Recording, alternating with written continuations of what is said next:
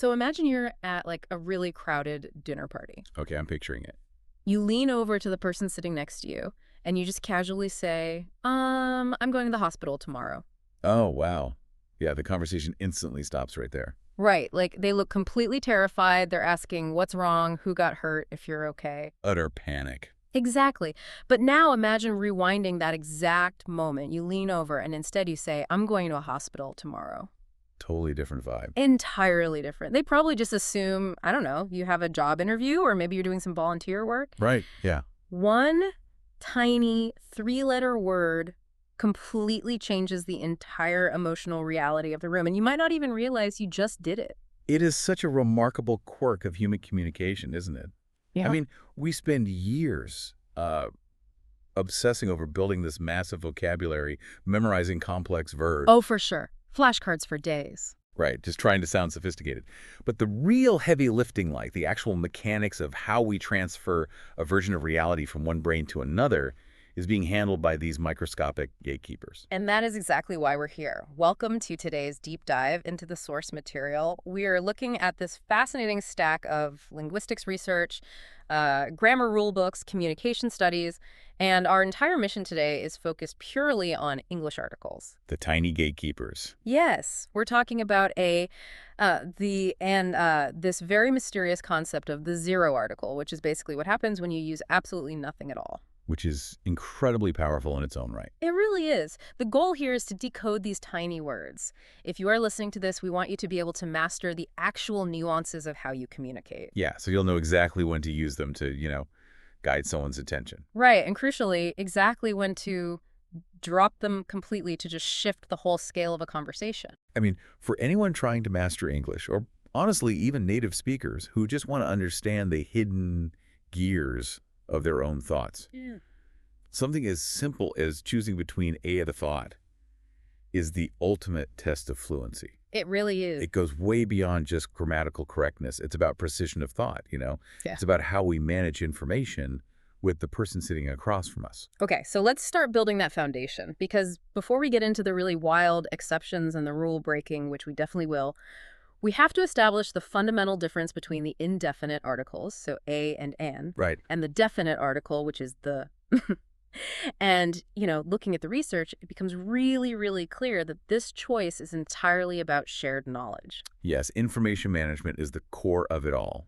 So the baseline rule is that you use a or an an when you're talking about something for the very first time. Okay. Or when that thing is simply just not specific. Like imagine you're telling a story.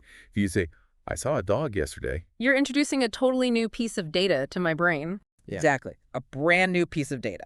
So if a war is just me saying I saw some random unspecified dog, Yeah.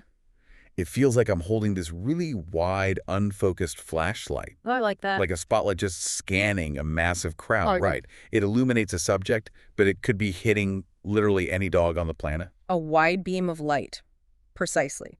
It brings the subject into view without isolating it. But, once that information is out there, Once it's established between the two of us. right, once it's established, the rules of the game immediately change. The very next sentence you say cannot use that wide spotlight anymore. You have to switch it. You'd say, the dog was barking. You shift from a to the. So then has to be, a highly calibrated laser pointer. Yes. I've dropped the wide spotlight, and now I'm locking onto one very specific target. It's no longer just any dog. Is that specific dog we're both now aware of. That is a perfect way to visualize it. When you use that laser pointer, you're sending a very distinct psychological signal to the listener. Like a subconscious cue. Exactly. Yeah. You're saying you and I both know exactly which thing I am talking about. It's this profound assumption of mutual understanding. Oh. Yeah. Think about what happens if that shared knowledge isn't actually there. Like, if you just walk up to a coworker and out of nowhere say, the movie was terrible, their brain is going to glitch. Because they're looking for the red dot of the laser pointer, and they have no idea what I'm aiming at. Exactly. You haven't established which movie. So the communication just instantly breaks down. And that's exactly why we reserve the proof for things that are entirely one of a kind, even if we haven't mentioned them before. Oh, like things where the shared knowledge is just kind of a given. Right, things like the moon, the internet, or the president. Because there's only one, the shared knowledge is already, baked into the universe. That makes total sense. We also do this for superlative adjectives, by the way. like the tallest mountain, the oldest city, the best student. There can only be one tallest. So the laser pointer automatically knows where to aim. Okay, which makes perfect sense when we're talking about the meaning of the words and how we point at things. But, Right. and hold on, I need to stop you right here. Okay, what's up? Because I was looking through this linguistics material, and I hit a massive wall regarding how we actually choose between A and N. I had this moment of genuine frustration. The transition from meaning to the physical mechanics of speech. Yes. This is where it catches almost everyone. Okay, because the rule book literally says consonant sounds get O. Mm. Right. So you have a dog, a book, a cat. Right. And vowel sounds get in, an apple, an umbrella, an owl. That seems so ridiculously simple. But then I'm looking at the word hour, H-O-U-R. Yeah. It starts with a consonant. I've known my alphabet since kindergarten, so why on earth am I supposed to say an hour? And even worse, university, U-N-I-V-E-R-S-I-T-Y. It starts with a vowel. It does. But the rule says I have to say a university. Like, am I supposed to just ignore my own eyes? Is spelling just a total lie? Well, kind of, yeah. It's a classic sonic illusion. A sonic illusion. Yet, to understand why it works this way, you have to completely separate the written word from the spoken word. Look, English is fundamentally a spoken language first. Writing is just a technology we invented much later to sort of record the speech. Okay. So the rules for a versus an hour were designed entirely for the biology of the human mouth, not for the ink on a page. Designed for the mouth. Okay, I need you to walk me through that. What is my mouth doing wrong if I say an hour? Well, try to say it right now. Say a hour. Like hour. An hour. Oh, weird. I feel like I'm choking on the vowel. There's this weird sort of stuttering stop in the back of my throat. Exactly. That is called a glottal stop. A glottal stop. Right, because the H in hour is entirely silent. The very first sound your mouth actually makes is the O sound, a vowel sound. Ah, okay. Forcing two vowel sounds together, like an ow, requires you to abruptly halt the airflow in your throat. It's physically inefficient. But when you say an hour, the N acts like a little phonetic bridge. Oh. It allows the breath to flow smoothly from one word into the next without stopping at all. An hour. An hour. Wow, so it's purely about momentum, just keeping the air moving. Exactly. It is all about making the speech flow naturally. Yeah. Now, apply that same biological principle, but in reverse, to the word university. Okay, so it's spelled with a U, but the first sound my mouth actually produces is like a hard Y sound. University. Yes, a consonant sound. The invisible Y. So if I try to say a university, it feels really clunky and restrictive. A university just flows perfectly. We see this trap all the time. Think about the phrase an honest man. Oh, silent H again? Yep.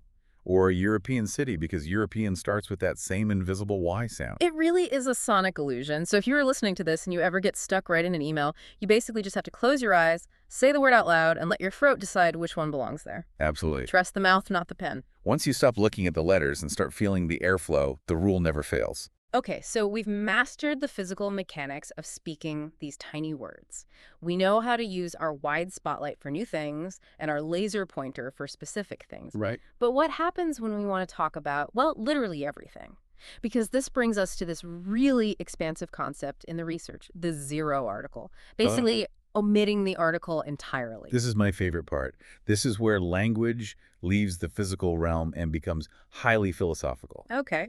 The zero article is what we use for abstract nouns, general categories, and plural or uncountable nouns when we're speaking in a universal sense. Yeah, I found these side-by-side comparisons in the material that really showcase how dramatic this shift is. Think about the difference between these two statements, right? I like coffee versus I don't like the coffee here. Great example. Or cats are nice versus the cats next door are noisy. Or even music is important versus the music in this bar is terrible. Notice what happens to the scope of the conversation the exact moment that tiny word disappears. Yeah, keeping with our visual analogies, it feels like dropping the article is the equivalent of pulling back into a massive wide-angle satellite view on a map. I love that. Like when I say the coffee here, I have my laser pointer out. I am zoomed all the way in on one specific cafe, complaining about one specific cup of dark liquid. Right, very localized. But the second I drop the word the and just say I like coffee, I'm suddenly looking at the entire concept of coffee from outer space. You're seeing the whole globe. Yeah. I'm talking about the idea of coffee, every cup that has ever existed or ever will exist. And what's truly fascinating is the sheer efficiency of that mechanism. Think about the computing power of the human brain here. It's wild. Simply by removing a three-letter word, English speakers instantly shift a conversation from a highly localized, specific complaint to a grand universal statement. Just by not saying a word. Exactly. You do not need to add extra words to explain that you're speaking generally. The silence, the deliberate absence of the word, does all the heavy lifting for you. The absence does the work. That is incredible. And this applies to massive abstract ideals too, doesn't it? Things like truth or honesty. Absolutely.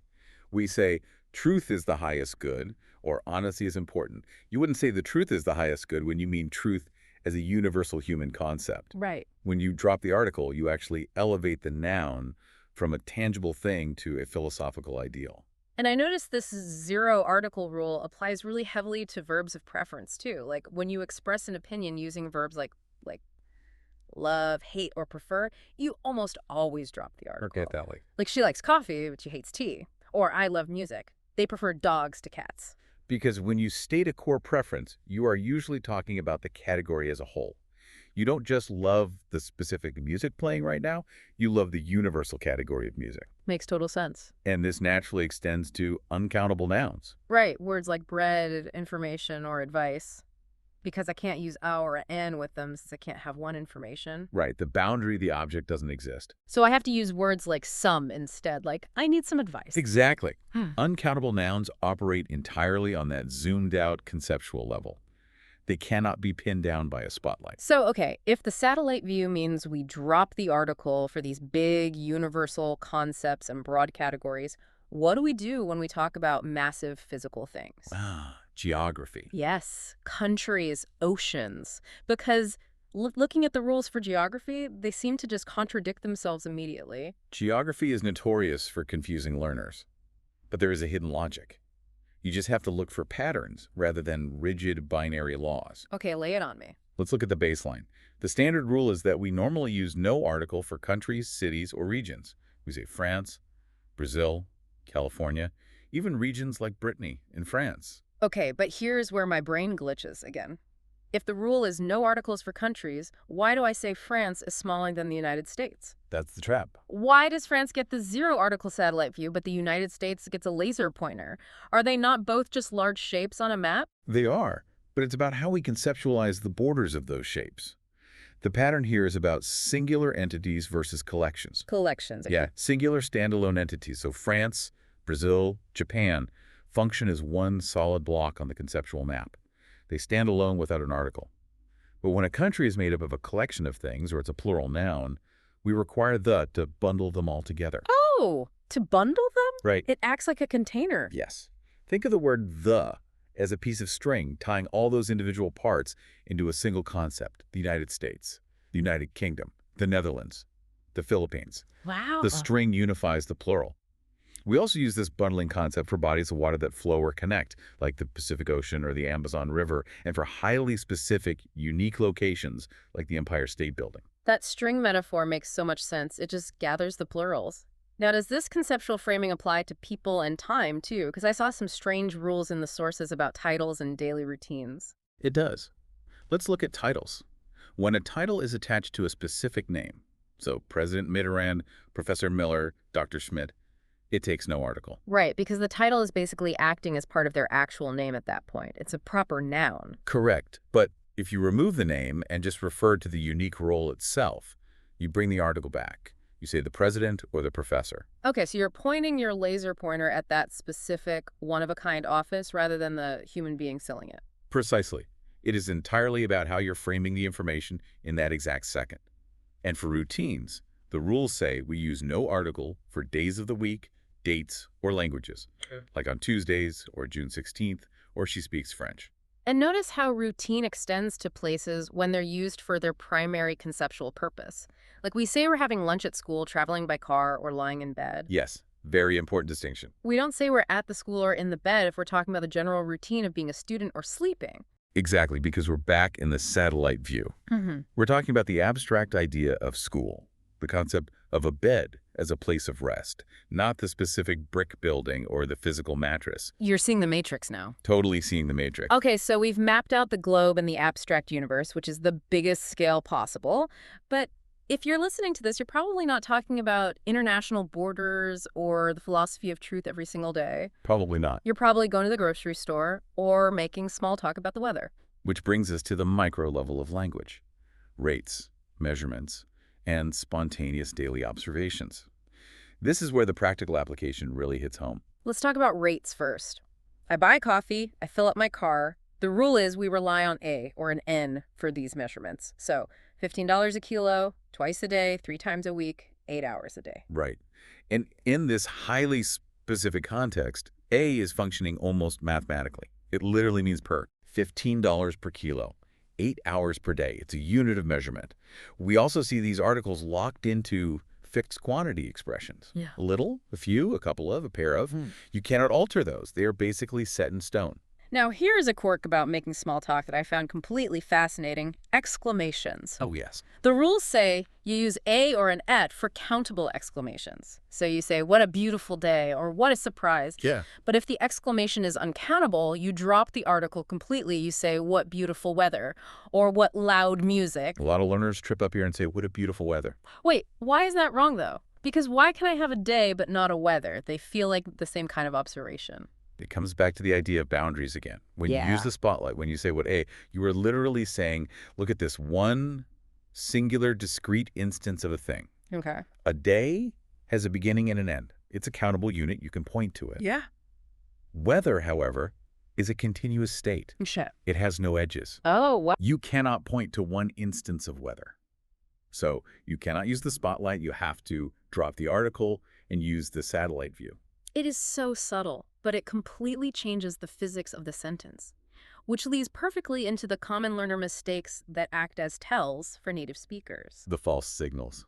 Yeah, adding the bell when it absolutely isn't necessary. Things like saying, the Mondays are difficult instead of just Mondays are difficult. Or saying, I like the music when you actually mean you like music in general. These tiny errors are fascinating because of what they do to the listener's brain.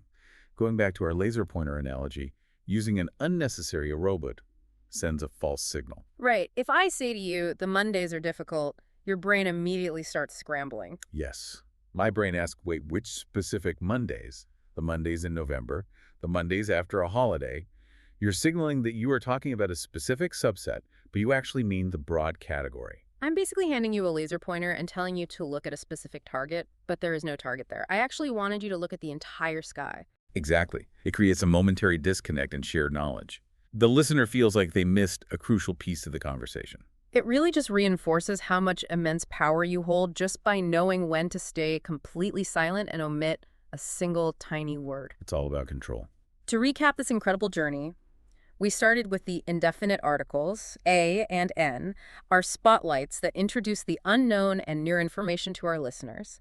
And remember, choosing between them is driven entirely by the biological airflow of your mouth, not the spelling on the page. Always trust the momentum of the sound. Always trust the sound. Then we picked up our laser pointer, the definite article, the, which locks onto specific, known targets and unique, one-of-a-kind items, signaling that powerful shared knowledge between two people. Yep. And finally, we pulled all the way back into orbit with the zero article, zooming out to universal truths, broad categories, singular geographic shapes, and general routines. It is a profound, beautifully efficient system of managing human understanding. Speakers constantly zoom in and out, negotiating what is known and unknown, specific and universal, often multiple times within a single breath. Mastering these tiny words isn't just about passing a grammar test. It is fundamentally about controlling the flow of reality. The next time you watch a movie or read a book or just listen to a conversation at a coffee shop, pay close attention to these tiny gatekeepers. You will literally start seeing the matrix of English communication happening in real time. Once you hear it, you really can't unhear it. And as we wrap up, I want to leave you with a lingering idea drawn straight from the heart of this material. Think about how deeply our actual perception of the world is shaped by these tiny choices. Oh, this is good.